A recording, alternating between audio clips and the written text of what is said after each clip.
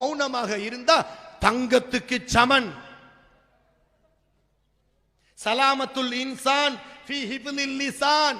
ஒரு மனிதனுடைய சலாமத், ஒரு மனிதனுடைய ஈடேற்றம் எங்க இருக்கு? ஃபீ ஹிஃப்லில் லிசான், நாவ பேணி பாதுகாக்கிறதுல இருக்கு.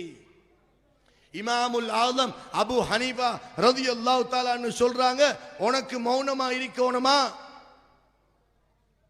பேச்சு மிஞ்சி மிஞ்சி பாவத்தை கூட்டிக் கொள்ளாம மௌனமாக இருந்து அமல்களை அதிகரிக்க செய்யணுமா?